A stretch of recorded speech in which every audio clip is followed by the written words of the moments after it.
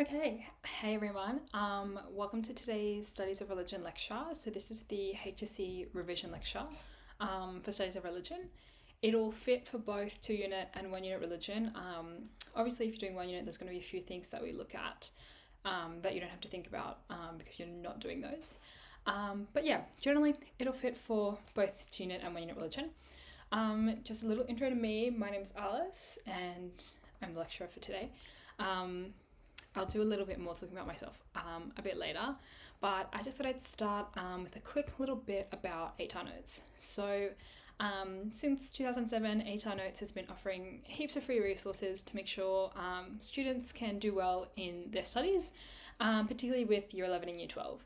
So we've offered these free lectures, like the one you guys are watching today, since 2015, just with the goal of helping students do well in their exams, with just another free resource for you guys. So with ATAR Notes, here are some of the free things that we offer that you can find pretty much all of these at atarnotes.com. So if you want some more info or tips on how to use these resources, check out the info doc under the resources section of this lecture page. So ATAR Notes has heaps of free study notes, lectures like these ones, discussions, free videos, free guides from past students, and if you do have any questions after the lecture, best place to go is probably the Q&A where your current and past students like me can answer your questions. Also got an ATAR calculator for if you're reaching that point where you're trying to see what your ATAR might look like. And if you're looking for even more support, we've also got TutorSmart, which is the tutoring platform that's I guess aligned with ATAR Notes. But without further ado, we'll sort of get started on today's lecture. So today's lecture is the exam revision lecture for Studies of Religion. Yeah, that's all there really is to say there. Just a little bit about me before we begin. I'm Alice. I'm currently studying med at the University of Newcastle, which is part of the joint medical program between University of Newcastle and the University of New England. So if any of you guys are interested in medicine, highly recommend coming to Newcastle. So I graduated in 2022 with an ATAR of 99.3. I did only 10 units in Year 12. I was really trying to minimize my workload, so I did 5 2-units. I did bio, echos, English, advanced, maths advanced, and 2-unit religion, which is what most of you are here for today. Religion, and I got a 97 out of 100 in religion, so most of the things I talk about today have been tried and tested in my exams that I did when I was doing the course and seem to have gone well for me. So hopefully you guys can pick up on some stuff to help you in your exam as well. And then I tutor all of these subjects at TutorSmart, and I run the Advanced HSC Maths class. So yeah, a little bit more about me. It's my second ATAR Notes lecture series. I lectured Advanced Maths in July. And yeah, just about TutorSmart. I run the HSC Advanced Maths class. I'm the tutor, so if you want to join my class, it's me. And then I also just do some private tutoring for HSC prep as well. So we'll start off. Firstly, congratulations on finishing Year 12. It's a really exciting time, but also the period between now and whenever your last exam is, approximately the next 2-ish months are going to feel super hard. But remember, like, you've done the hard yards, you've learned all the content. All that it is about now is revising that content, doing practice questions, and then sitting that exam, and you're done. If you're feeling super demotivated at the moment, that's fine and that's normal. Now it's just a good chance to refocus and think about how good it's going to sound to hear pens down for the last time. Honestly, nothing as good as that feeling of just doing your last exam, finishing it, and just getting to like walk out of your high school for the last time and be done. So just something to remember in this period now between graduation and sitting your exams. Don't let trials define your fate and your confidence going to the HSC. Your HSC exams are going to feel a lot different to your trials because you're going to have done a lot more preparation, you're going to have had a lot more time, and you've already had some experience sitting a proper HSC style exam block. So don't let trials define what goes on from now until the HSC. So in today's lecture, just a little bit of a summary, I guess, of what we're going to look at. The lecture is mostly going to focus on general skills that will apply to both 1 unit and 2 unit religion. Throughout the lecture, I will point out some of the stuff that's not going to apply for you if you're doing 1 unit religion, just because different aspects of the course. So we're going to look at, firstly, revising essential content from the Year 11 syllabus. That's really important that you know going into your exams. We're then going to look at how to structure your faith depth study responses. Then I'm going to look through some key facts and stats to know for the core, being post-1945. And then finally, we're going to look at some study skills as well. If you've got any questions and you're watching this lecture live, feel free to pop them in the Q&A as well as we work through today's lecture. So we're going to begin today looking at some of the Year 11 content. So studies of religion is about the objective and analytical study of the world's religions as a whole, not the subjective beliefs of a specific denomination. In thinking about this, you need to approach studies of religion with an unbiased and holistic mind frame, remembering not to critique or judge the religion itself, only to evaluate the significance of certain aspects of the religious tradition. In saying this, the most common mistake, or the most common pitfall, trap, I guess, that gets a lot of HSC students when studying studies of religion is thinking about Christianity only in the lens of Catholicism, which is sort of where the comment about not the subjective beliefs of a specific denomination come from. A lot of students tend to make the mistake of just focusing on Catholicism as part of the Christianity depth study. If you do have Christianity as one of your depth studies, whether you're for 1 unit or 2 unit, you can talk about Catholicism, and it's definitely an example of a variation or a denomination within Christianity. But it's also important that you incorporate that alongside discussions of other denominations, such as Anglicanism, Pentecostals, Lutherans, any other examples of specific denominations within Christianity. Then when we're thinking about approaching religion with an unbiased and holistic mind frame, another common mistake people make in that sort of situation is talking about a specific religion with personal pronouns. So using things such as I, we, that's another one, you, specific pronouns. Even though you may belong to a certain religious group, in terms of the SOR syllabus, you want to be thinking about yourself as detached, looking into that religion. So you're thinking more about using the term that describes adherence to that religion. So for example, you might have Christians, or you can talk about adherence to Christianity, Christian adherence. You don't want to be saying we, even if that's your religion, because that makes your essays and your short answers a little bit less formal, and sort of you'll miss the mark with the sort of terminology marking points when you're thinking about doing that. And then really important, don't critique or judge the religion itself. The purpose of studies of religion is to evaluate significant aspects of the tradition. So you guys will know you want to be evaluating your person, your practice and ethics. So you just want to be talking about those specific significant aspects of the tradition, and you don't want to input any critiques or any judgments on the religion itself in your short answers or your essays. So we're going to look through some stuff from Year 11, revising some of that content. So we're going to go through what you absolutely need to know from your prelim studies to be able to craft a well-rounded and impressive HSC response. So this is done faith by faith. So if your slides aren't relevant for a bit of a second, because, for what you haven't studied, Christianity, and I'm talking through the Christianity slide, ask some questions in the Q&A for this lecture if you're watching it live. If you're watching the recording, you can sort of skip through the religions that aren't relevant for you. We will start with Christianity because the majority of the state does study Christianity as at least one of the depth studies. But just before we talk about Christianity, essential to depth study responses is an understanding of the principal beliefs of the faith and an understanding of the paradigm that guides the faith.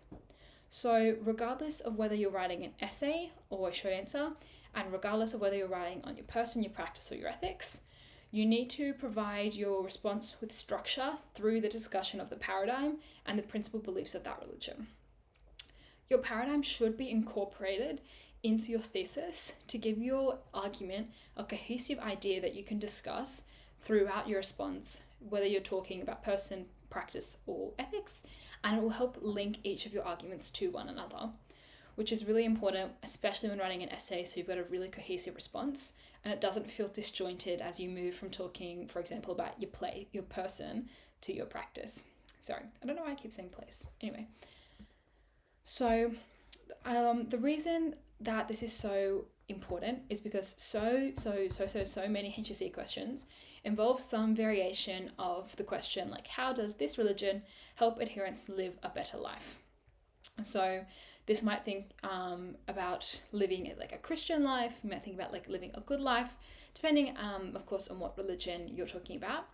So essentially, your whole response will ultimately be discussing how specific aspects of each faith actually allow the believer to follow the faith or the belief better. So essentially, this sort of question is just a subtle way of saying, like, how do aspects of this religion reflect the purpose, goal, or message of the religion? So how does, if we were going to reword that in terms of what you know for your syllabus, how does the practice, the person, or the ethics of this religion reflect the purpose of this religion for its adherents? So sometimes you'll get a question that's a little bit more obvious about sort of what you're trying to get at. Phrases you might see if you're talking about Islam is like, how does the significant person you've studied in Islam reflect the ability of adherents to assist in their submission to Allah, if you're talking about Islam. Keeping the covenant, thinking about Judaism, how does significant practice in Judaism help adherents keep the covenant? Or thinking about Christianity, how does the ethical teachings in Christianity guide adherents to love one another? Things like that, all thinking about your paradigm essentially as the purpose of the religion and what the religion sort of guides their adherents in what they should do in their day-to-day life in order to fulfill the goal of the religion. So it's through adherence to the principal beliefs of each religion that ultimately helps a follower live out the paradigm in their own worlds. And it's the significant people, significant practice, or your ethical teachings that enable them to adhere to these practices. Okay, so you can see it's really important that your principal beliefs are integrated throughout your paragraphs as how the follower essentially lives out the paradigm in their own world. And it's through the significant person, significant practice, or ethical teachings that allows them to follow the beliefs that allow them to achieve the paradigm. Okay, so we want to remember following a person or completing an action isn't just done for the sake of it. Okay, so following a significant person and listening to their guidance, whatever they've said, completing a significant practice or following a particular ethical teaching isn't just done, for fun.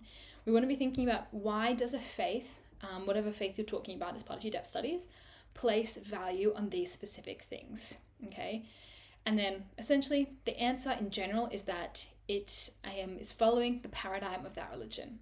So with your essay responses and your short answer responses, when you're thinking about your depth studies, it is the purpose aspect that you ultimately want to be addressing, okay? And you want your argument and your thesis to address the purpose of a particular religion, and then that's your argument, and it's your significant person, practice, or ethics, depending what the question is asking you to talk about.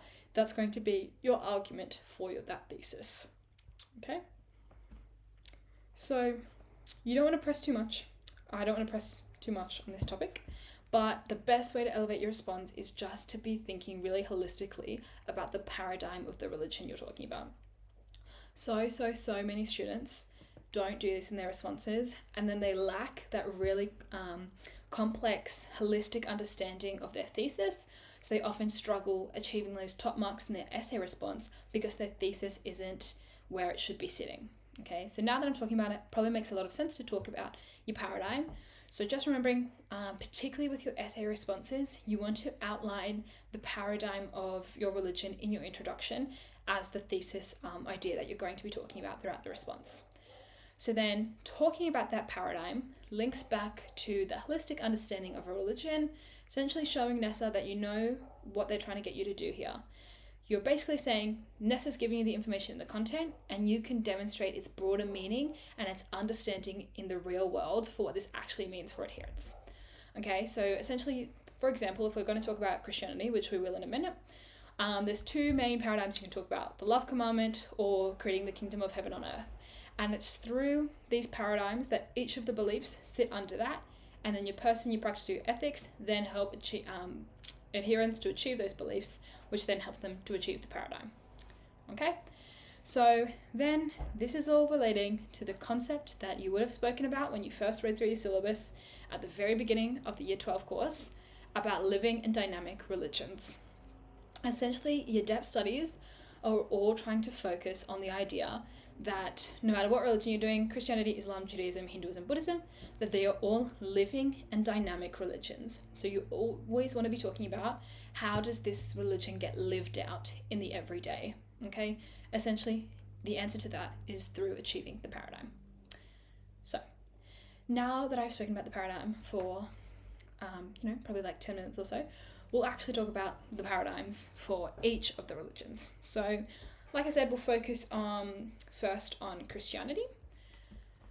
So, like I sort of alluded to before, there are two main paradigms with Christianity you want to be talking about. You don't have to talk about both. Usually pick one or the other, depending sort of on what your essay is about, what you feel more confident talking about. So, the first paradigm is the love commandment. So, you want to think about whenever you've got your paradigm, what scripture quote, what scholar quote, what quote from another source sort of backs up the idea of your paradigm. Because when you are talking about the paradigm, you want to have some backup to support you, particularly if you're talking about it through an essay lens. So with the love commandment, if you've studied Christianity, this quote would have come up at some point. John chapter 13, verse 34, love one another as I have loved you. Okay, so then when we're thinking about what actually does the paradigm of the love commandment actually mean, essentially, the core of Christianity is that adherents should interact with their world in the way Jesus would have. So sort of do as Jesus would have done. And that's sort of the idea of the love commandment, is that show love as Jesus would have done. Okay? So that's the first paradigm you might want to talk about. The second one is building the kingdom of heaven on earth. Essentially what that is sort of doing good works and having good faith to create the heaven and the end goal of Christianity on earth, so that there's peace and love amongst the population. So with that, there's all sorts of things that you can fit into building the kingdom of heaven on earth. I would say that paradigm fits pretty well when you're talking about significant practice or your ethics, because they're really focused on what can the individual do to bring about God's mission on earth. Essentially, another way of saying how can they build the kingdom of heaven on earth. So then when we're thinking about principal beliefs from Christianity, we want to try and integrate all 5 of these beliefs within an essay response. Okay, if you're doing a short answer, you do not need to try and do all 5 because it'll just seem silly and you'll be talking about nothing and wasting time. So in a short answer, try and do 1. If it's a bit of a longer short answer, like an 8-mark or something, you might try and integrate 2. In an essay, if you can, try and integrate all 5. Obviously, if it doesn't fit to do all 5 and you've already done 3 of the 5, don't stress about trying to integrate the other 2. The point will come across that you're trying to talk about the beliefs. But yeah, if you just can try and work on integrating all 5 of them, go for it. So we've got the first one being salvation, second one, revelation, third one, divinity and humanity of Jesus, the fourth one being the Holy Trinity, so Father, Son, Holy Spirit, and then finally the death and resurrection of Jesus. So you'll notice that these are the same principal beliefs from the Year 11 syllabus that you would have already looked at in Year 11. So if you can, dig up those Year 11 notes, have a look through the principal beliefs, make sure you've got a good understanding of each of them.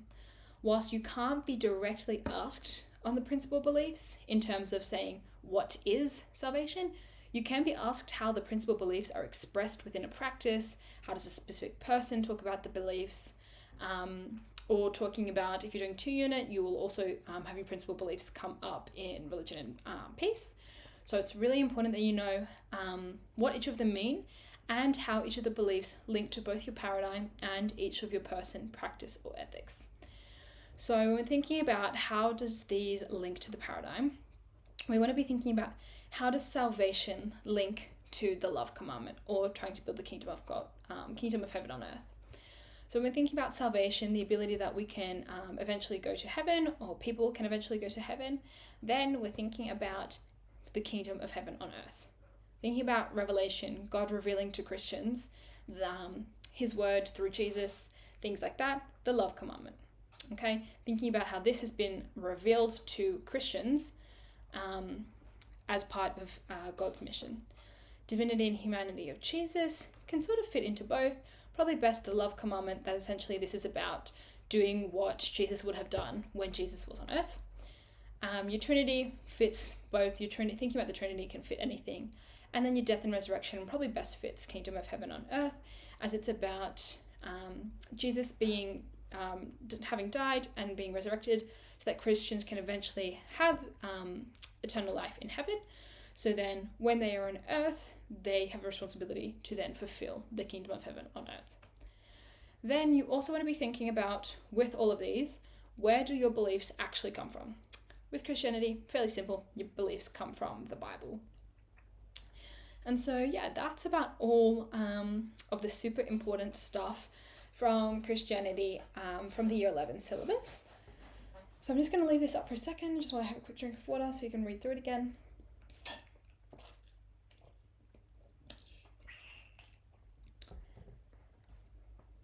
Okay, next we'll talk about Islam, which after Christianity is probably the most common religion that schools tend to focus on as part of their depth study. With Islam, there's only one paradigm, and if you have studied Islam, you'll probably be really familiar with this paradigm by now, which is submission to the will of Allah.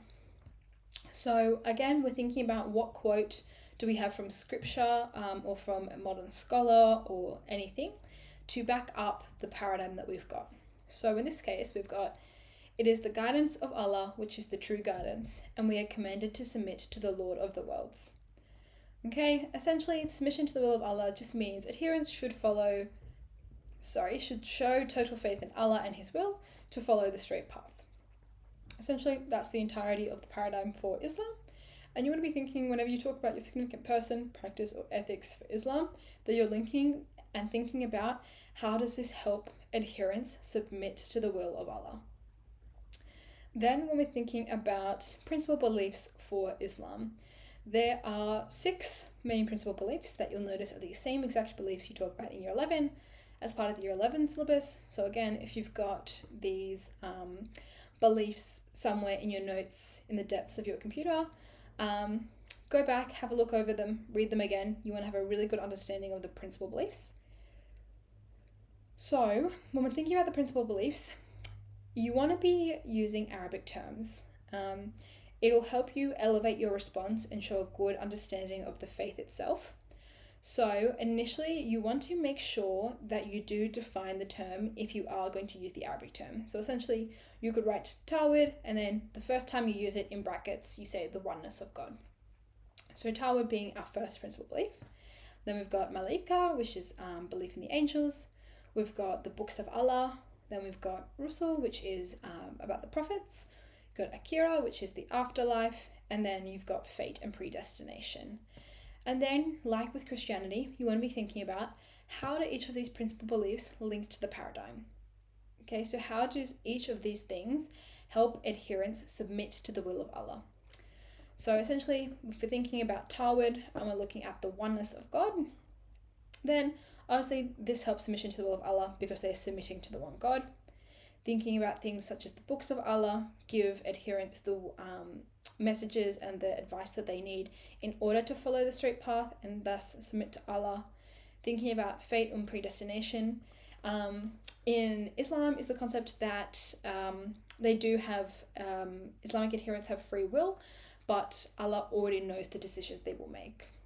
And then thinking about the link of that, do they have to make the decisions to follow the straight path? Then thinking about where do these beliefs actually come from in terms of Islam. So we're thinking about the Quran, the Hadith, as the 2 major sources of the paradigms and the principal beliefs. And we can also think about Islamic jurisprudence. You'll notice that this is in a tiny little font because it doesn't hold the same weight as the Quran and the Hadith in terms of where the paradigm and the beliefs come from. However, it is good and can be another source of quotes and things for the paradigms and the principal beliefs. So that's the key things from Islam. Next, we'll have a bit of a look at Judaism, the Year 11 content for Judaism. So your key paradigm for Judaism is about following halakha law. So essentially the quote we might want to use to back that up is, "You shall teach the children of Israel all the decrees which God told them through Moses," which comes from Leviticus chapter 10, verse 11. So essentially, if we wanted to explain this a little bit more, we could say, so Jewish people should be guided in their religious and daily life by the laws that have arisen since ancient times. Okay, so it's just all about how Judaism adherents should be guided in their life day to day by the laws that were present when the Jewish religion first came to be in the ancient times. Your principal beliefs for Judaism are short and sweet. There's only 3 of them, so fairly simple. You should be aiming to integrate all 3 of these in your essay responses. There is only 3 of them, so if you're doing 3 paragraphs, you can try aim for 1 per paragraph. If you're doing 4 paragraphs, you can repeat one of them in your paragraphs. But the first principal belief is going to be belief in a single God, so essentially the belief in monotheism. The second principal belief is about the moral law as prescribed by God. And then the third belief is about the covenant. With these principal beliefs, they're a lot easier to link to the key paradigms. So belief in a single God, the single God being the one who assigned the halakha law. You've got moral law as prescribed by God, which guides the halakha law, and then the covenant, which following the halakha law helps Judaism to fulfill the covenant being given to them. Then thinking about where have these beliefs come from, where have we sourced our quotes and things from, we're thinking about the Hebrew scriptures. So we're thinking about the Bible and the Talmud. Okay. Thinking about Hinduism. So when we're thinking of Hinduism, we have one sort of, paradigm that helps guide our responses for Hinduism. So our paradigm, again, punya, to transcend samsara. Okay, so we're thinking about a quote here as, "There is neither death nor birth, neither a struggling nor a bound soul, neither a seeker after liberation nor a liberated one. This indeed is the ultimate truth." So if we wanted to explain that a little further, we're thinking about how the purest example of living a good life is accruing positive karma in order to achieve moksha should be the key aim for a Hindu. So when we're thinking about principal beliefs for Hinduism, if we want to try and integrate those into our essay responses, which we should definitely be doing, particularly with the last dot point here, Nessa does give you a few more here of the principal beliefs. Again, like I said, always want to be linking the last dot point in. So thinking about our principal beliefs as Atman and Brahman, the gods and the goddesses, and then Dharma, Karma, and Moksha. And then thinking about how do each of these link to the paradigm of transcending samsara to essentially find the purest example of living a good life. Okay. So then when we're looking at where have these beliefs actually come from, we've got the Vedas and the epics as the sources of our principal beliefs in Hinduism. And then finally, when we're looking at Buddhism, so the key paradigm of Buddhism is to follow the Noble Eightfold Path. So we've got a quote from Buddha here as, "He who walks in the eightfold noble path with unswerving determination is sure to reach nirvana." Again, like with any of the other paradigms, you do want to continue to expand on that and explain it a little bit further. So essentially what this means is Buddhists should aim to be noble in all aspects of their life, so their speech, their views, their resolves, in order to attain the ultimate goal of arhatship and nirvana. So with Buddhism, there are quite a few principal beliefs to manage. So with this one, I wouldn't say it's particularly important to try and do every single principal belief within your essay response. It's good to choose which of the beliefs are most relevant to the person, practice, or ethics you're talking about. And then if you can, sprinkle in the rest of the beliefs throughout the response. Otherwise, it's okay to not stress about including every single one, as as long as each of your paragraphs has at least one principal belief integrated throughout it. So we're looking here, the first principal belief about the 3 jewels. So Buddha, Dharma, and Sangha. Then we're thinking about the 4 noble truths. So essentially renouncing desires to allow for the ending of suffering and the movement towards the path. Here you'll notice the use of terminology specific to the religion, which is super important. And like if you're doing this with Islam as well, you want to put the actual term, so Tana here, and then in brackets, sort of the English translation of what that word actually means. You'd only have to do this the first time you use the word. After you've used the word for the first time, you can just continue to use it without having to define it each time. Then when we're thinking about the marks of existence, so anicca, dukkha, and anatta, and then thinking about karma, samsara, and nirvana. Again, like with every other religious tradition we're looking at, always going to be thinking about how do those principal beliefs link back to the paradigm of following the Noble Eightfold Path. So essentially what this means is how do each of these beliefs help adherents to Buddhism to be noble in all aspects of their life. So then when we're thinking finally about where have these beliefs actually come from, we've got Tripitaka, Lotus of the Good Law, and the Tibetan Book of the Dead as the sources of the principal beliefs in Buddhism. So just leave this on there for a second.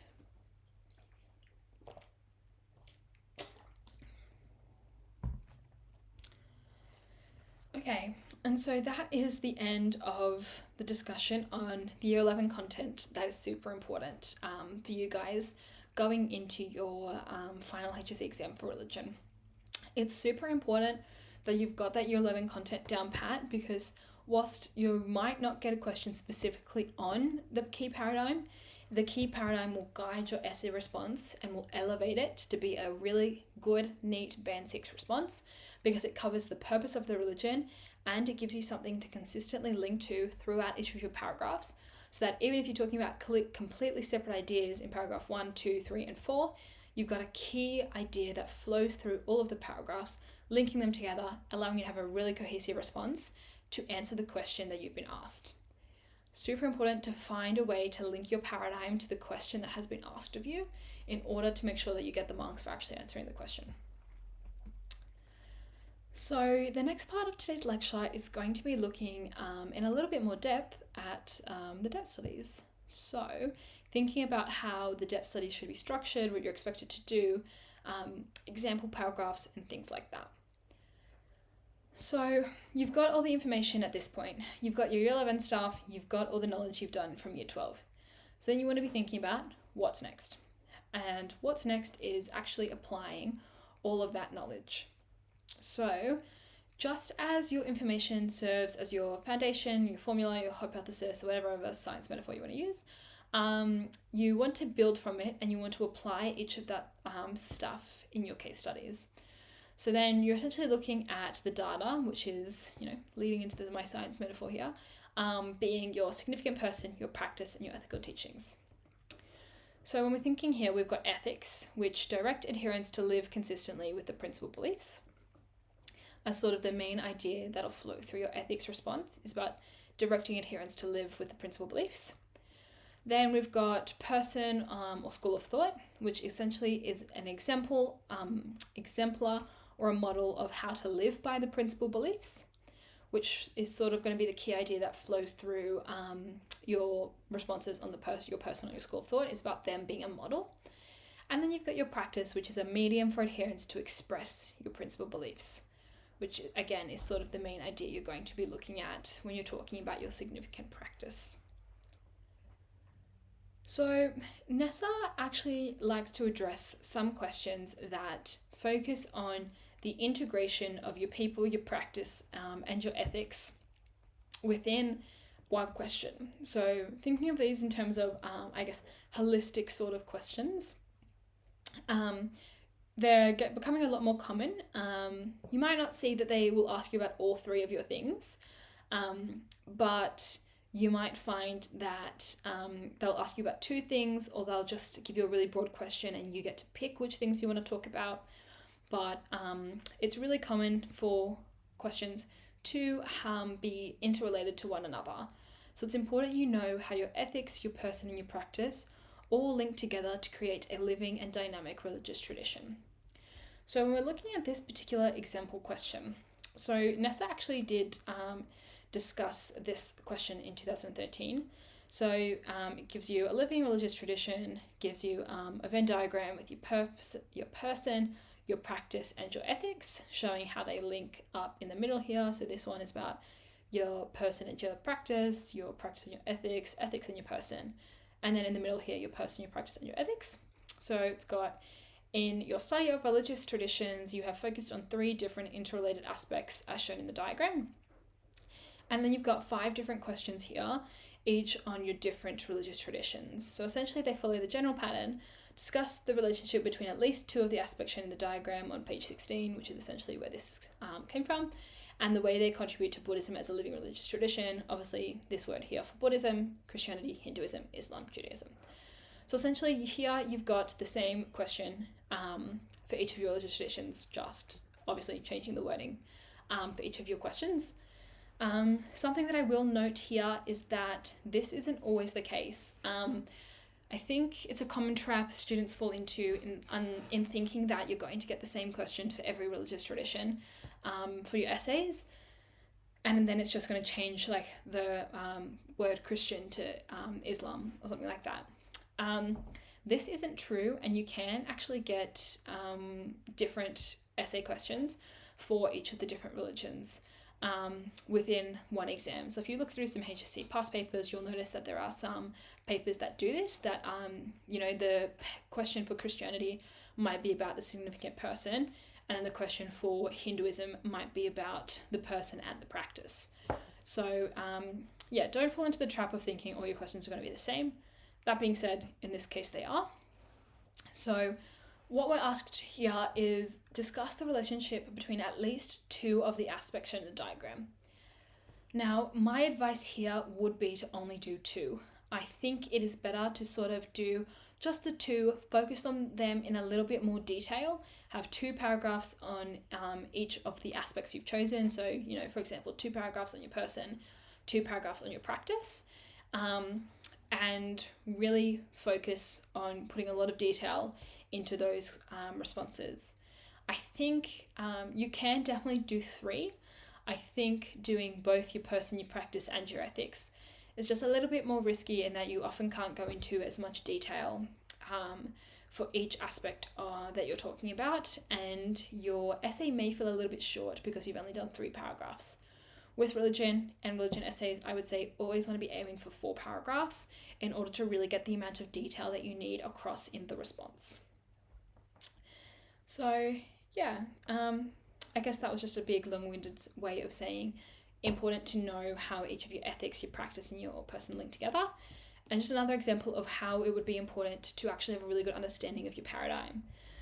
So for example, with Islam, if we're talking about the paradigm of submission to the will of Allah, we can really easily integrate that into our thesis of the response, and thinking about how it's through submission to the will of Allah that adherents achieve through participating in a significant practice and following the model of whatever your significant person is, that adherents are able to actively express their religion in the modern day. Obviously, you'd want to be crafting that thesis a little bit more carefully if you had a little bit more time, but just for the sake of today's lecture, just a quick way of integrating your paradigm into your question that will help you, particularly when you're thinking about more than one of each of these ideas, linking throughout each of your paragraphs, so your response is still really, really cohesive and still quite sustained and logical, even when you talk about more than one idea. So before we look into the more specific stuff of your personal practice or your ethics, it's also worthwhile to look at general principles for your depth studies. So these will apply to your essays and your short answers. And you'll also see that they will come up in your post-1945 5-marker or as well your religion and non-religion 5-marker question as well.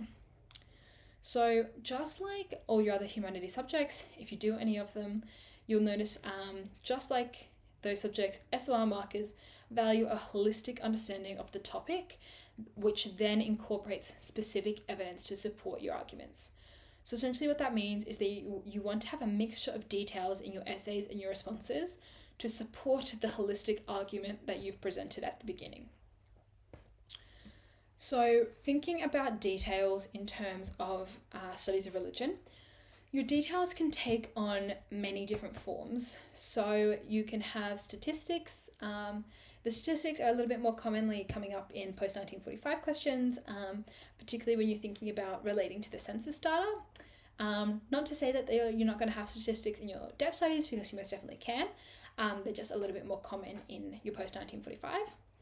Your details can be specific terminology, such as using the Arabic or Hebrew terms instead of English ones. When you're looking at Islam, would be Arabic, Judaism would be the Hebrew terms. So using the specific terms you've got available, such as for the principal beliefs that we looked at for Islam. Your details can also be the most common ones: quotes from scholars, quotes from sacred texts. With your scholar quotes and your sacred text quotes, you want to make sure that they are really, really specific to whatever you're talking about. You don't want to put a sacred text quote in there for the sake of having one if it's got nothing to do with what you're talking about. So whenever you're looking at quotes from scholars or extracts from sacred texts, be super specific with them. And your detail can also be anything else that's going to give you a specific sort of input into your response.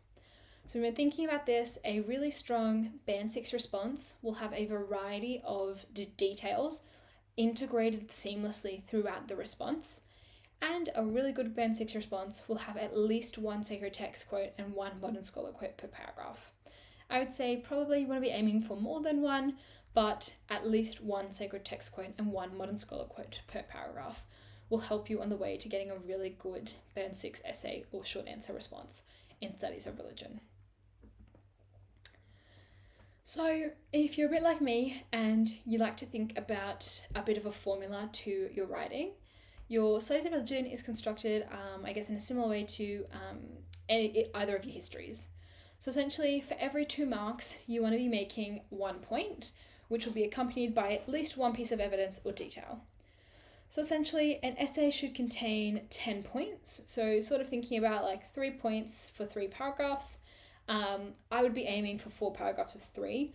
Better to overreach than underreach. Particularly with religion essays, I think 4 paragraphs should be the standard that you're trying to go for.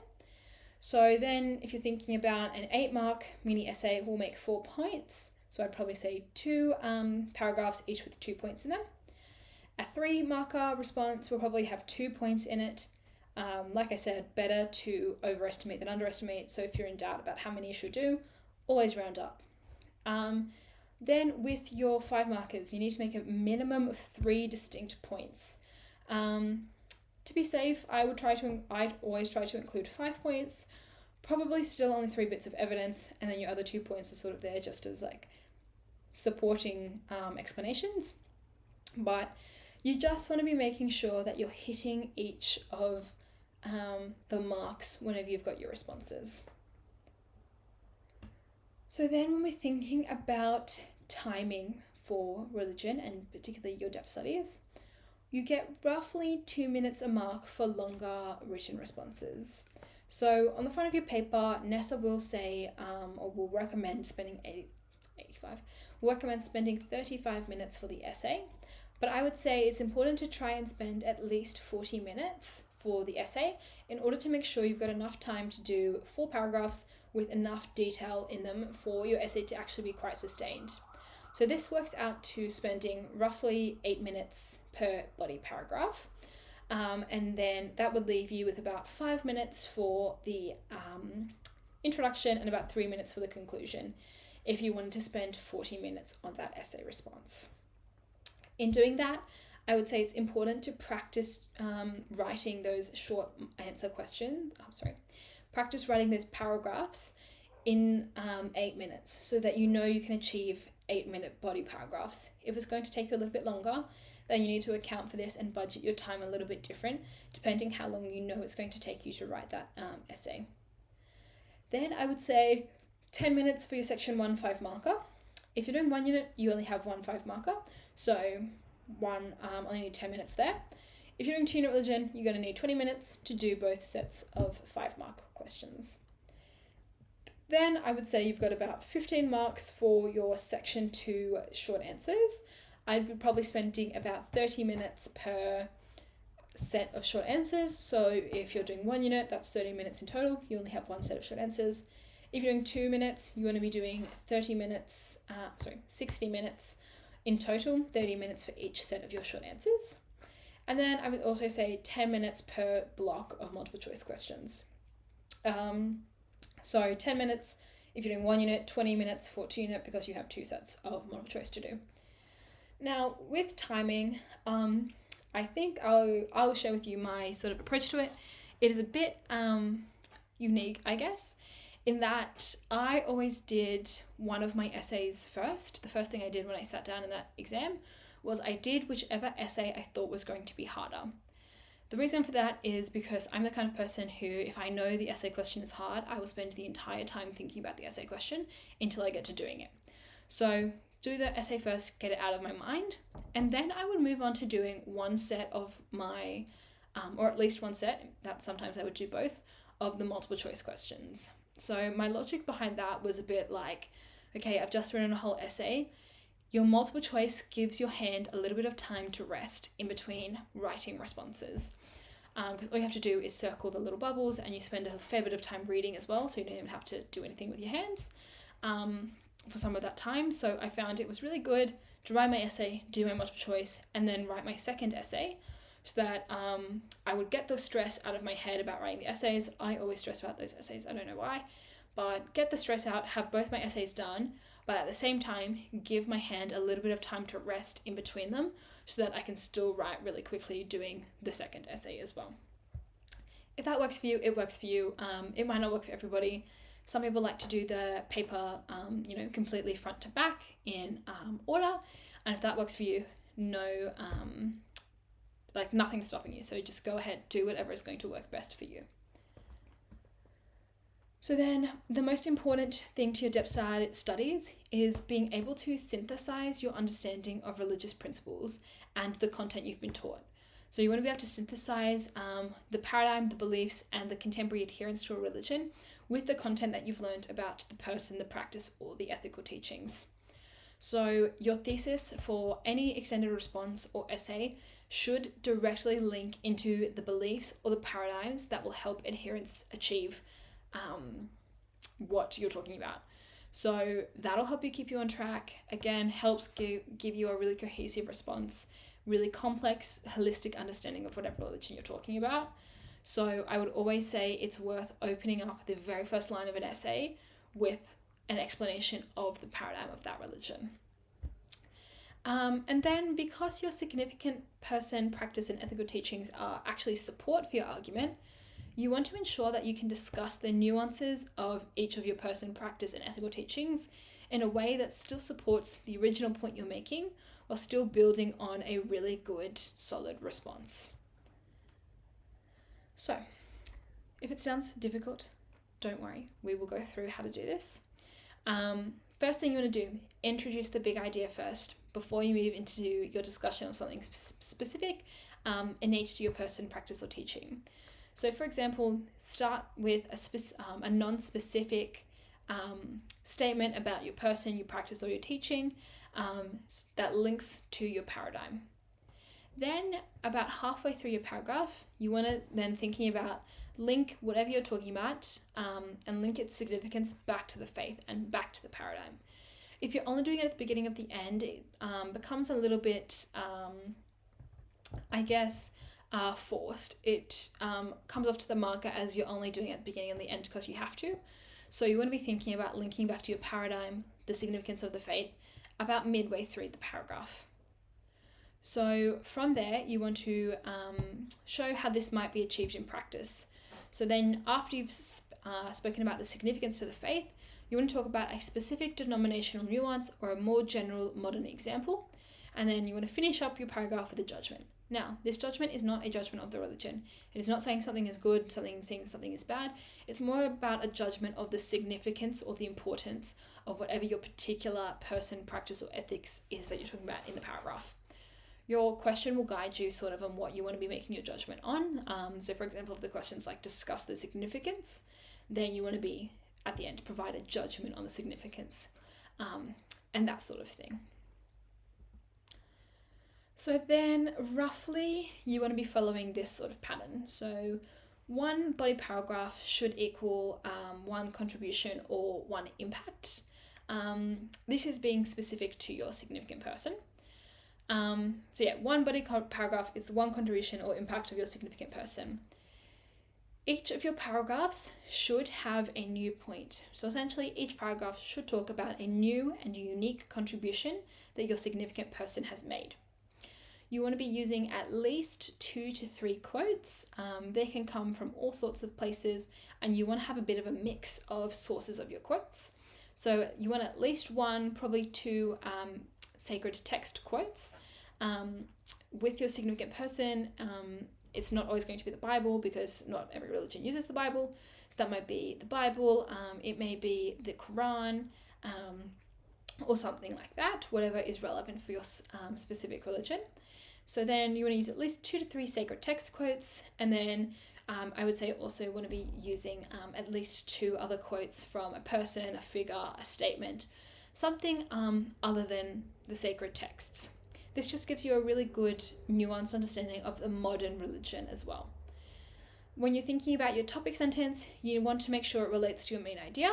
If you have practiced writing essays with the paradigm, you will find it super easy to link your topic sentence that you sort of already know you want to use back to the question that you've been given, so that nothing is super unexpected. Then you want to finish every paragraph really conclusively. So you want to have at least like some kind of final judgment. If your directive verb is about like assess, discuss, analyze, or if it's not that kind of directive verb, at least some kind of summary of what you've spoken about in the paragraph. Then don't get caught up in biographical details. So yes, they are important for your understanding, but you won't get too many marks, for telling me when your significant person was alive and where they lived and, what their mum's name was. You'll get more marks for talking about the actual contributions. So you want to focus your energy on remembering and talking about the actual contribution. When you're thinking about religion, it is a lot of writing, so you want to be trying to minimize the amount of words that you're wasting. Some words that immediately I can say are going to be wasting is usually biographical details. It's okay to say, some general figures about the person was alive in this time period, but that's the most you'd want to be saying about that. Then with your person, super important to remember to link the impact of that person to modern day Christianity and link the contribution to the development or expression of Christianity. You should also, as always, be linking to the key paradigms, the key beliefs, and the key teachings throughout your response. So we'll have a bit of a look at a framework for answering depth study questions on the significant person. So the first thing we're looking at is the faith's worldview or the paradigm. This will usually get introduced in your introduction if you're talking about an essay. If it's a bit of a longer short answer question, it may be worth talking about this as well. Then we're looking at the role of the person in this worldview and their context, usually as sort of your opening sentence in your paragraph. Then talk about their specific contribution, making sure you integrate sacred text and theologian quotes to support this importance. Really important here that your contribution is super, super, super specific. So what did the person or your school of thought actually specifically do? Then we're moving on to what impact does this have on the religion? Then link this back to how it continues to impact that religion today and the adherents of that religion today. Link it to the paradigm, and then if it fits or if it's relevant, link that to the significant practice and ethical teachings if it's in an essay. So essentially you'd want to just be linking back to any other ideas you may be talking about with the essay. With the last point, only do it if it fits. If it doesn't fit or it doesn't seem organic, don't stress about it. You don't have to include that to get a good Band 6 response. So we'll have a look at a practice response for a significant person now. What I'll do is just give you about 2 or 3 minutes, have a quick read through this, and then we'll look through this together as well.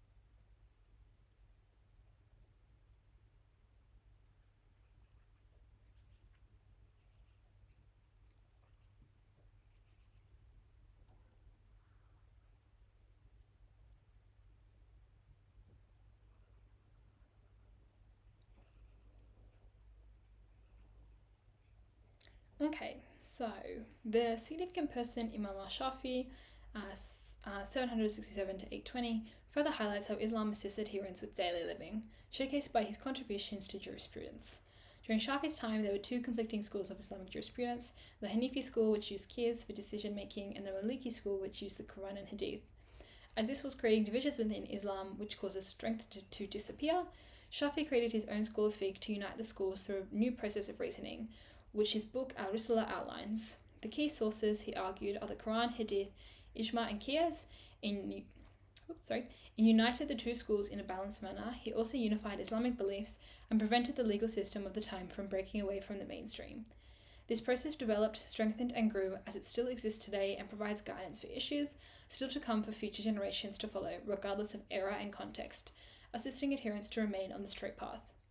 Subsequently, he helped adherents perform better deeds to enable them to achieve akira, exemplified by 29% of Sunni Muslims worldwide following his school today. This is exemplified by scholar Hamidullah arguing that Shafi's most important contribution was that he united the two schools. For example, the process of qiyas can be used to determine the answer to a modern bioethical issue like abortion, with consensus thus determining that it is haram due to the principle that it is God who gives life. The only thing missing here is just a link sentence at the end, but you'll see we start off here with an opening sentence about Imam al-Shafi with only a little tiny bit of biographical detail. So we just have an opening sentence that answers the question in terms of the topic we've introduced. Then we have introduced a specific problem that needed rectifying. Okay, so that here we've got the two schools of thought that were at conflict. Then we outline here, why was this a problem? The next thing we do is specifically talk about what al-Shafi did, or in whatever case you're talking about for your particular depth study, outline what they actually specifically did to reunite and to create a sort of solution or a contribution to the problem at hand. Then talking about how this has continued to impact adherents today, and then here we've brought up some variations within Islam.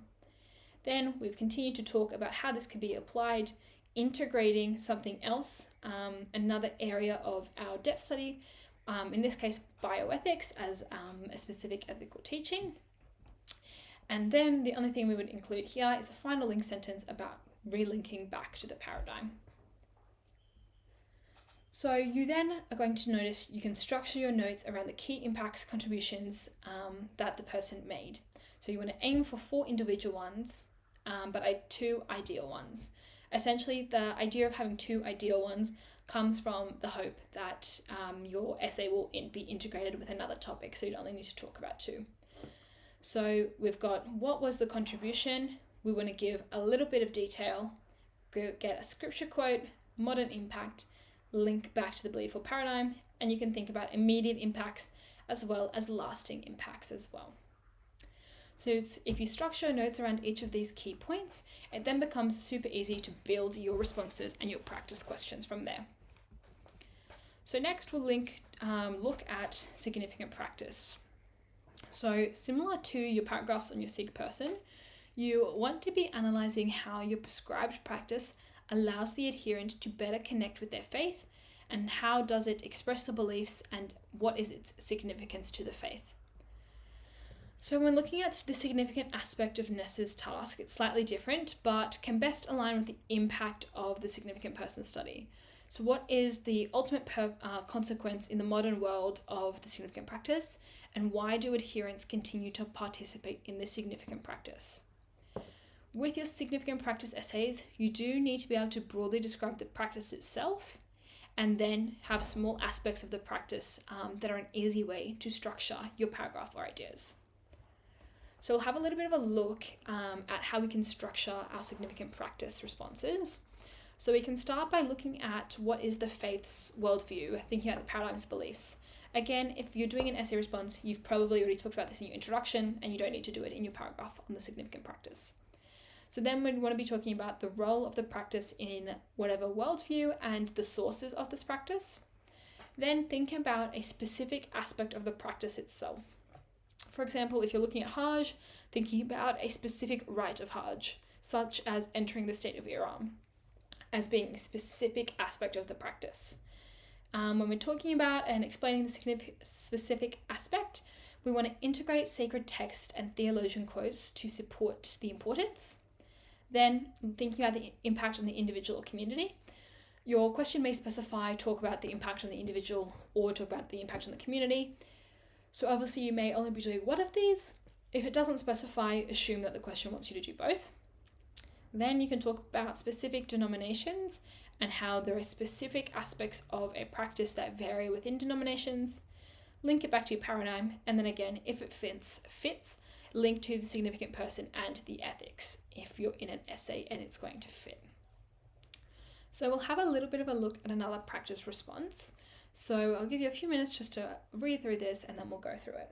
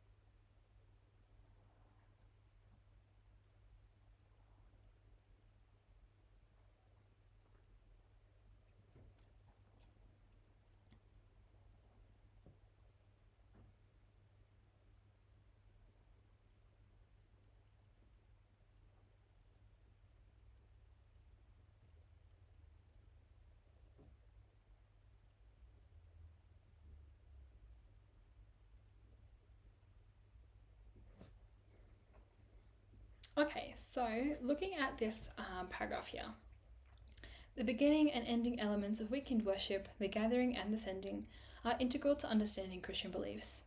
So here you can see that we've specified a specific aspect of Saturday Sunday worship as part of our depth study on Saturday Sunday worship in Christianity. So then we go on to explain the initial aspect of gathering acts on the key belief of revelation, with adherents making a conscious effort to remember the Sabbath and keep it holy, as instructed in the Bible. Thus, the very act of worship allows followers to gain a deeper understanding of their beliefs, taking direct steps to live them out.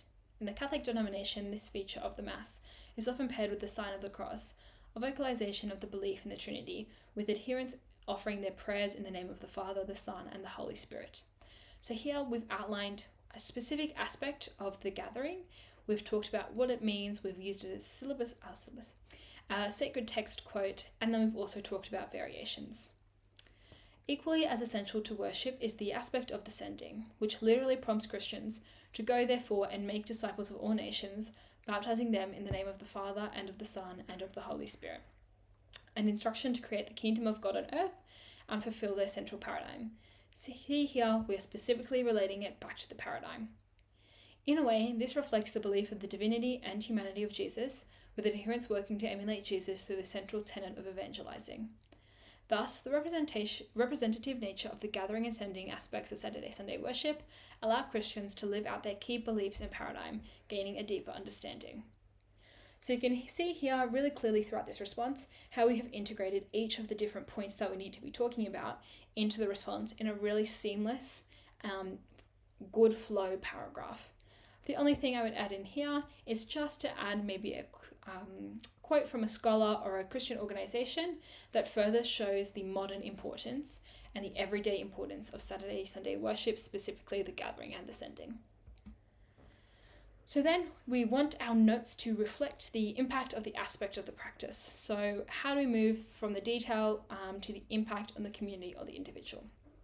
So we want to think about the key area or the impact. So if we're talking about the individual, the detail is tawaf as part of Hajj, fulfill their vows and visit the ancient house. We made this house a recourse for mankind, thinking about scripture quotes that might relate. Then we can think about modern interpretation of how this can be lived out outside of the practice itself, and then link that to a belief or paradigm. So we've got submission, Tawhid, Rusul, and the books of Allah. Then down here we just have some more examples of specific impacts and quotes that you could talk about, or how you may want to frame your responses and your notes when you're thinking about your significant practice. So then finally, looking at ethics. Your ethics section of your depth study is a little bit different to your person and your practice, but it is still involved with explaining teachings and linking them up with contemporary issues. The big thing where a lot of people go wrong with ethics is distinguishing between teachings and issues. Many students get these two things confused, and the distinction or the connections that you can make between the two can make your essay a band 6 or a band 2. Okay? Your ethical teaching is the general principle that you find in the sacred text. Your ethical teaching links to the paradigm, it outlines how an adherent should live their life, and there's no specific issue attached to them. Your teaching can be applied to a number of facets in the world and a number of different circumstances. So for example, if you're thinking about Christianity, an ethical teaching may be, so God created man in his own image. You'll notice here that this does not attach itself to any one specific issue. Similar to your personal practice, you want to be aiming to prepare for about 4 teachings so that you could talk about the ethics for an entire essay, 1 paragraph per teaching. Then your ethical issue is the application of the teaching to a modern day concern, such as abortion or euthanasia, as it reflects the sanctity of human life. And so here you want to make your contemporary links to different denominations or social campaigns. With your ethical teachings, it's usually much easier to link to a modern example, because most of your ethical teachings, you'll link them to an ethical issue, which is an example of a modern application. But just want to be specific with linking the applications of these teachings to different denominations or social campaigns as part of the religion. So we're looking at here, again, a similar understanding of how we can structure these responses. So start faith's worldview, paradigm, and beliefs, which usually will come up in your introduction. If you're doing a short answer, it may come up in the paragraph response itself. Then you want to be looking at the role of ethics in this worldview and the sources of ethics. So where have the ethics actually come from? Why ethics is important in the particular paradigm? Then you want to think about a specific ethical teaching. Please notice ethical teaching, not an ethical issue. You want your paragraphs to focus on the teaching itself, and then you just have the issue as an example, okay? Your paragraph should focus specifically on the teaching. So then, talking about the teaching, you want to integrate sacred text and theologian quotes to support that teaching, link that to a specific issue, and then link those to specific denominations. So that'll be specific teachings, organizations, or statements that support specific denominations' beliefs about the particular teaching. Then link that back to the paradigm, and like always, if it fits, link that to a significant person or practice if you're doing an essay and it sort of works. So looking at an example, instead of having a paragraph this time, we've just put it in the boxes that we've just used. So if we're thinking about our paradigm for Christianity as being building the kingdom of God on earth, then we want to adhere to the life set in the Bible through which links to Revelation, which allows people to achieve salvation, another belief. So the teaching being stewardship and justice. Take nothing for your journey, act justly, love tenderly, and walk humbly with God. This is thinking about environmental ethics here. So then we're thinking about our particular issue being sustainability and anti-materialism and deforestation. Specific example of how a denomination applies this teaching: Baptist World Aid, shaped by a reading of scripture. Another example, we've got Earth Day, Catholic Climate Covenant, which has a quote, "We can be the main protectors of God's species," allows the people to create the kingdom almost literally. And then you can link this back to a particular person or practice. So we've got Pope Francis, who was inspired by John the 23rd, who believed in social justice. Worship is what allows adherents to understand what they need to do. And then if you want to turn this into an essay paragraph, you just add a little bit more detail into each of those sentences. So then focusing your notes around your key area or your ethical teaching, add some detail, put in a scripture quote, add your modern interpretation, and link that to a belief or a paradigm. And then here is just another example of some sexual ethics notes that you may think about for the teaching, scripture, and then the issue that they're being applied to. So now we're going to have a bit of a look at what to do if your depth study question has a quote. So we've got this question, example from the HSC. You've got a quote: "We truly love God only when we obey him as we should, and then we know we belong to him. If we say we are his, we must follow the example of Christ." From 1 John chapter 2 verses 5 to 6. How does Christianity encourage adherents to follow the example of Christ? So Nessa may include a quote for integration in an essay. It is common, so you do need to be ready to do it, and you will also see that these do come up in like your 5 marks as well, and you may get them if you're doing 2-unit in religion and peace. The first thing to work out is, what is the quote actually telling you on a broad level? So you want to be trying to interpret the quote holistically, so you can attach it to your thesis, and then if you attach it to your thesis, your quote is then going to be constantly integrated throughout your response. And then if you've attached it to your thesis, you don't even really have to worry about that quote, because you're going to be subconsciously talking about it and linking and quoting it throughout the response. So you want to try to respond to the quote as a whole, and this sort of direct referencing is going to be done in 2 ways. The first, engaging with the sort of vibe of the quote, okay? So it's like, if you can tell your quote for example, a Christianity essay is about creating the kingdom of God on earth, without directly quoting it, sort of engage with that vibe and sort of integrate the kingdom of God on earth into your response. Then you will also be able to do direct quotes. So pick out words or phrases to quote that are small, that you can easily integrate through your essay. If you're doing this, you want to make sure throughout the response you've picked out direct quotes from the beginning, the middle, and the end of the stimulus that they've given you, to show that you've engaged with the entire quote and not just one particular part of it. That being said, don't quote just one word from the stimulus. You may as well not do it if you're only going to quote one word. You want to be quoting probably at least 3 or 4 or particular phrases that stand out to you in order to get the marks for engaging with that quote properly. So just as a bit of a summary to the depth studies, some things you absolutely must do. Number 1, link to the paradigm and the principal beliefs. Super important to creating a cohesive essay that shows you've got a really good holistic understanding. Then you also want to be linking to the sacred texts and other theologian quotes to show that you understand that there's a holistic view of the depth study you've chosen. Then you want to link to contemporary examples. So essential for getting a Burn 6, and a lot of people often forget about when dealing with the depth study, especially when you're doing things that aren't ethics. Like I said, ethics is particularly easy in order to get those modern examples in for ethics, but you want to see why the people, the teaching, or the practices are still relevant. So what are their impacts? Give some examples of how it continues to impact modern people today. This can include things like a recent figure's comment, how many people subscribe to a particular point of view, things like that. And then finally, absolutely must link to the diversity of religion, being the different schools of thoughts, denominations. If you're doing Christianity, denominations do not just mean Catholicism. If you only talk about Catholicism, you probably won't get any marks for talking about variations.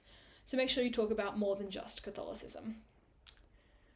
Okay, so that is it for our depth studies. So now we're going to move on to talking about the essentials of post-1945, religion post-1945. So we're thinking about here something that's in common to both 1 unit and 2 unit religion. So the first thing we're going to look at, Aboriginal spirituality, the dreaming. The dreaming, please notice that there is a capital D. You may get a marker that picks up on that if you don't do a capital D. It's a metatemporal view of creation that outlines an inextricable link between land and humans. Essentially, this one sentence can sometimes give you up to 2 marks, depending on the question being asked. Then we're looking at kinship as a spiritual network of relationships that guard responsibilities. So it's a social system that has a hierarchical knowledge system, incorporating the idea that Aboriginal spirituality is totemic and can consist of skin names or moieties. A moiety normally refers to half groupings, however, some nations can have 4 or 8 splits throughout the community. Just for some examples there, Guringai Nation have the crow and the seahawk, and Yolngu people have Yurija and Dua as their moieties. And then your kinship is extended to all living beings in a group as a way of connecting each other to the dreaming. So next, looking a little bit at ceremonial life, that acts as a communication of knowledge in the oral tradition, explaining the dreaming of conferring rights, responsibilities, and sacred knowledge. So female initiations normally follow the monarchy, which is the first period, where a girl is bathed and painted in ochre. In male initiations, ancestral beings are said to ingest the boy and spew out a man, and they normally include some form of body modification. And then another example of ceremonial life is funeral ceremonies form a part of sorry business, where names are not spoken and possessions are destroyed to help the spirit return to the dreaming. So those are some examples of ceremonial life that you might want to talk about. Then thinking about the obligations to the land of the people, these extend from the fact that the land is not only a place of the ancestors, but it is also a connection to an individual's identity. So individuals have specific obligations to the land and to the people. So when we're looking at the effects of dispossession, NESA offers some specific areas to focus on as part of the dot point on the effects of dispossession. But it is also really worthwhile to have some form of general knowledge of dispossession in general. So you've got, as part of the areas that NESA outlines, separation from land, which acts as a direct separation from identity for First Nations people, which the consequences include an inability to carry out ceremonies or to draw on the presence of ancestors, as First Nations people have been removed from their land, which connects them to their ancestors. Then the second area we might look at is separation of kinship groups. So this disrupts and fragments the relationships formed through communities, leading to an inability to pass on knowledge through oral tradition and to learn from elders or share responsibilities. And then this separation from kinship groups creates a void in the life of an Indigenous person in Australia. Then finally, we've got the third area that NESA may outline as one of the effects of dispossession, being the stolen generations. So that is the name given to the policy of separation undertaken by the Australian government. But it is really worthwhile to look more broadly at the policies that were enacted against First Nations peoples and the effect that they had. So these can include the 1909 Aboriginal Act, which made all Aboriginal individuals wards of the state. You can look at missionation or assimilation, which the purpose of which is summed up by the Maribyrnong settlement, the smoothing the pillow of a dying race. And then until the 1967 referendum, Indigenous Australians were defined as flora and fauna, and their voting rights were only officially used for the first time in 1972. So then the stolen generation also includes the separation discussed on the other sides as well. So some long-term statistics to incorporate in a more general effect response. So although First Nations people are 2.7% of our population, they do account for 20% of our prison populations. Only 1 in 10 Indigenous Australians are financially secure.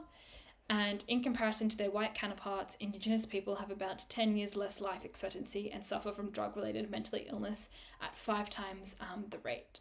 So these are some of the long-term effects of dispossession on Indigenous Australians.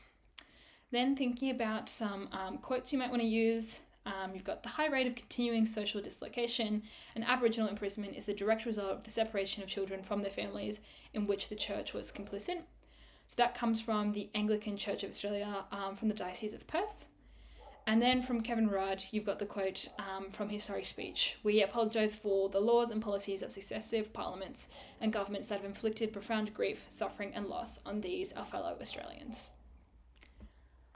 So then, moving on to land rights, you've got first looking at Mabo vs Queensland in 1992, which overturned the concept of terra nullius. So the common law of this country would continue to perpetuate injustice if it were to continue to embrace the enlarged notion of terra nullius. So essentially, this Mabo vs Queensland seeks to acknowledge the claim of the Meriam people to their land to overturn the term terra nullius. So then, a year after that, the Native Title Act of 1993 was the legal mechanism for acknowledging the decision of the High Court in the Mabo case, and it was a national piece of legislation, essentially meaning that the states couldn't contradict it, and it aimed to provide a national system for the recognition and protection of native title and for its coexistence with the national land management system. So essentially, Western common law in harmony with traditional law of First Nations people in Australia.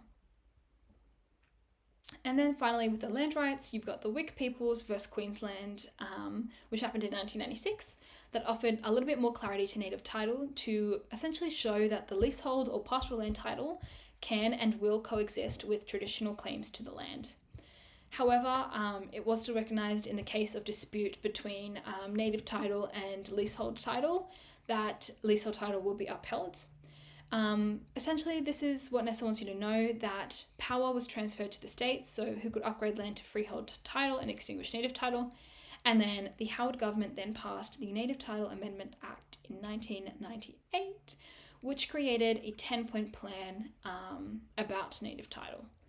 So these were the 10 points that were part of that plan. I'm not going to go through them now, but essentially you don't need to know them. You sort of have to know the general vibe about what that Amendment Act was about.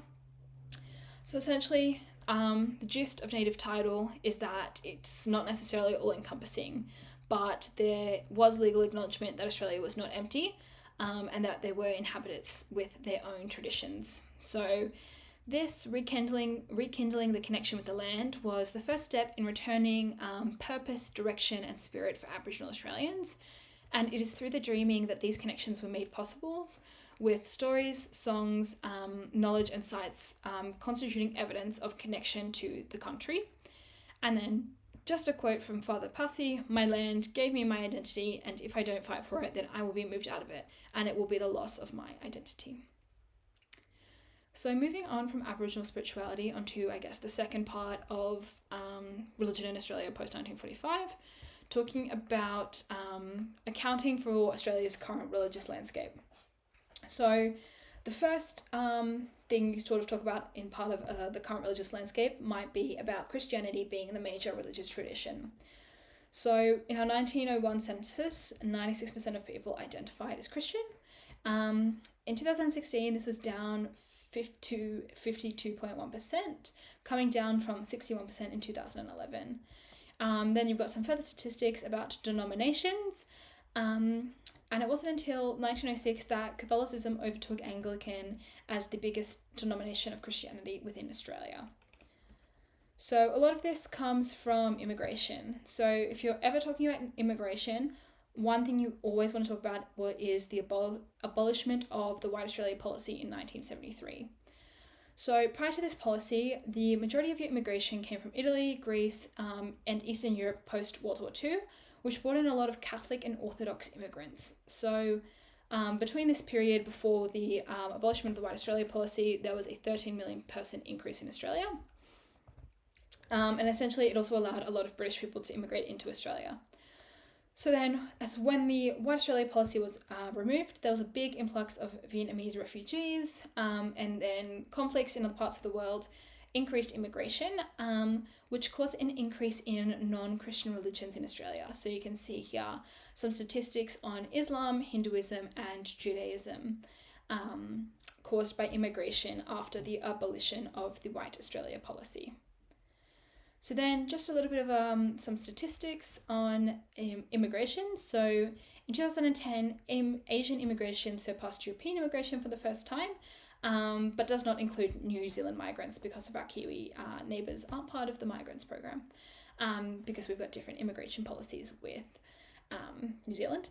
But essentially you'll see the top 10 sources of immigrants and then migrants, and then the red shows you the major religious traditions in those countries to show how our religious landscape has changed. So another thing accounting for our current religious landscape is denominational switching, which is essentially moving from one Christian denomination to another. This is a lot more common in Protestant denominations than more of your conservative ones, such as Catholicism or Orthodox. So with denominational switching, Anglicanism is dropping at the fastest rate, with Pentecostalism growing at the fastest rate. However, you will notice 75% of growth in the Pentecostalism is caused by switching of individuals from another Christian denomination rather than non-Christians moving into the faith. So of the roughly 28% of Christians that switch denominations within a year, 15% of them will leave within 2 years as well. So then per the National Christian Life Survey, only 15% of 20 to 39-year-olds see loyalty to a particular denomination as important, which is another reason for the increase in denominational switching. So then we've also got the rise of New Age religions, which is often a response to secularism, with your New Age religions valuing individual fulfillment rather than rigid traditions that a lot of people believe Christian denominations follow. So there are a lot of faiths that can fall under this umbrella. So from Wiccan, of which there are about 6,600 adherents in Australia, although that is including a 21% decrease. Other New Age religions can include yoga, feng shui, numerology, astrology, and the Mind, Body, Spirit Festival, which normally sees about 91,000 attendees. Then we've also got secularism as another reason for our current religious landscape. So looking at some census data, the category of no religion has seen an increase from 0.8% to 22.3 to 30.1, which is officially a bigger amount than the number of people identifying as Catholic. And then only 9.6% of people chose not to answer the question about religion in the census, which does suggest, although it can't be confirmed, but does suggest religion is still a fairly important aspect to many Australians' lives. And so thinking in 2006, although that was a long time ago, 65% of marriages were non-religious, which is a really important statistic when you think about traditionally Australia has been a fairly religiously affiliated population. And so there's a big push in the current census to pay attention to the question about religious identification. Okay, so moving on to ecumenism. Thinking about ecumenism in SOR, you want to be thinking about it in terms of lots and lots and lots of examples. Whenever you get a question about ecumenism, you want to focus on examples themselves with only a little bit of, theory or explanation behind ecumenism, which is essentially the coming together and development of relationships between Christian denominations. Coming together in the sense of coming together to achieve a purpose rather than necessarily coming together as one. But one of the best examples of this is the foundation of the Uniting Church, which essentially is the coming together of one, where Methodist congregations and around 2/3 of Presbyterians formed the Uniting Church in 1977. Another key example is the National Council of Churches that was founded in 1994, which takes its lead from the World Council of Churches founded in 1937.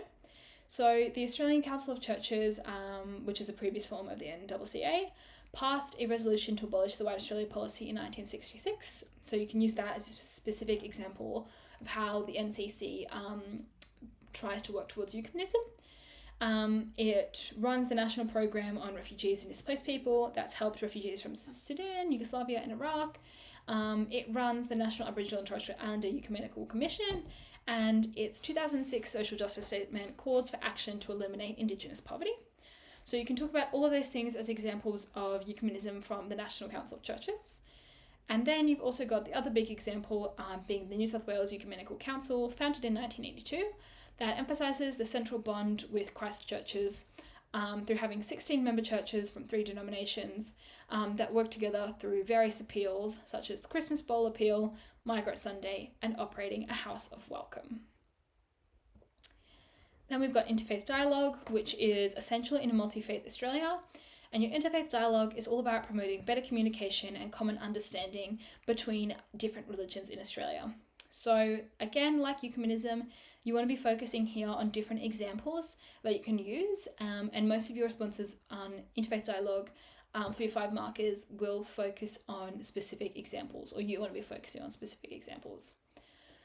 So we've got the NCCA, which is involved in the national dialogue of Christians, Muslims and Jews. You've got the Council of Christians and Jews, and a specific example of what they did is in 2013, they worked with the Church of Latter-day Saints, which you might more commonly know as Mormons, to put together a Christmas service and create hampers for farmers struggling with the drought.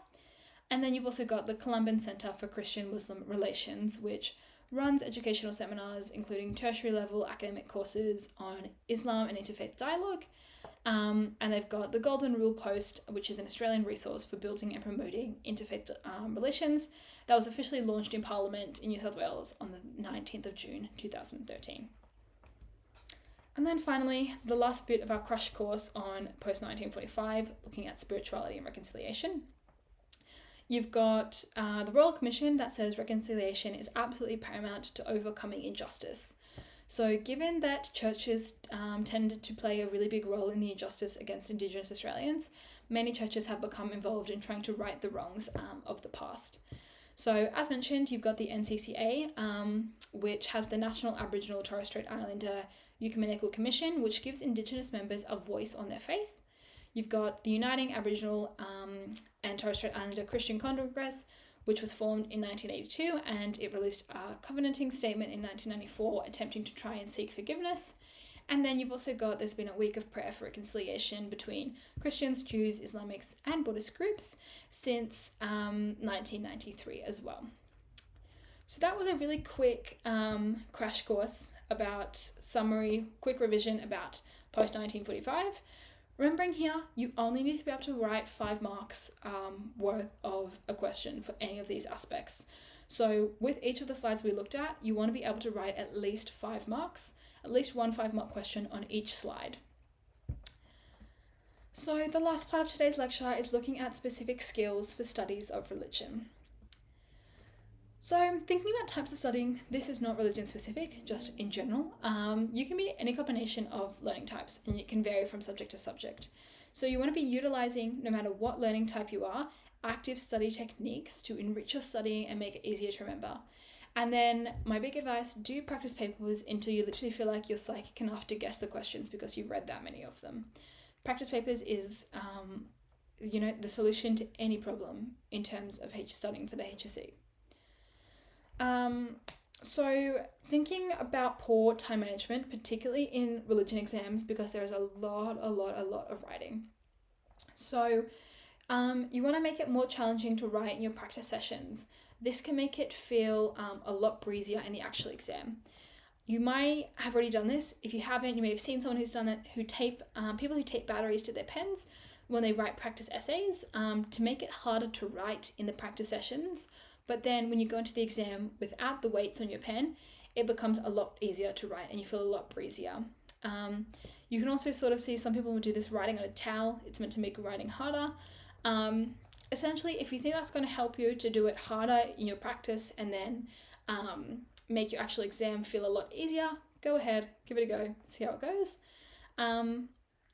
But also with that, don't overwork yourself. Don't try and tape like 12 batteries onto your pen. If you've never had a single battery on your pen in your life, because your hand is just going to get sore, it's going to cramp, and it's not going to be beneficial. So be smart about that. Goes without saying, Don't waste time if you're not getting something. Sounds obvious, but a lot of people, including me, make the mistake of spending way too much time on trying to answer a question when in reality you just don't know the question. It's not coming to you. You're not going to get it. If this happens, highlight the question, circle it, do something, mark it so you can come back to it at the end if you've got time. Otherwise, you're just wasting marks after that question that you might be getting if you spend a little bit more time on them. In religion, this tends to come up with a multiple choice. So if you don't know a multiple choice question, mark it, guess an answer, and move on. And it's normally best to attempt the questions in descending order of confidence or knowledge to try and avoid this issue as well. So, something to think about, the worst case scenario about what if you can't finish an essay. I would say your marker tends to care more about writing a completed essay as opposed to one with more content. So this seems a little bit disingenuous, but remember your marker cares about cohesion and argument just as much as they do about content. So if you are in your exam and you notice that you're running out of time, finish the sentence you're working on as well as your paragraph and write out a really quick conclusion. If you're really running low on time, it is better to have a conclusion than to have those few extra sentences of content. This gives your essay a cohesive feel and it feels completed, and you can get a few more marks maybe on just having a good essay structure.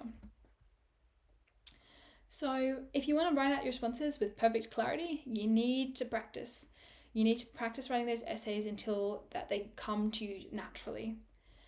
If you want to cross something out, put a line through it instead of scribbling it out. Just in case you want to go back and use it, you can sort of mark it on your pages actually going to use this. And then in relation to time management, if you need extra paper, ask for it in advance. Not once you run out, so that you save time and avoid running over the lines and around the edge of the page. Because I don't know if any of you have been spoken to about how scanning works for the HSC, but you'll notice on your HSC writing booklets, there is a black rectangle that outlines all of your pages. If you write outside of that, it won't get scanned. That black rectangle is there to scan only within what's within that rectangle. So if you're on the last page of the writing booklet and you know you have a whole nother paragraph to go, put your hand up, get the extra paper, so you're not wasting time sitting around for somebody to come and give you a piece of paper.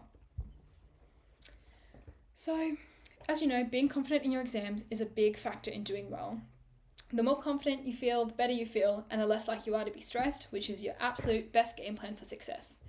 So we want to be able to assess confidence when we're studying to make sure you've got a well-rounded knowledge of all the topics and all the dot points and syllabus points you need to know about. So you think about this in terms of red, yellow, and green. Thinking about a traffic light system of assessing your confidence.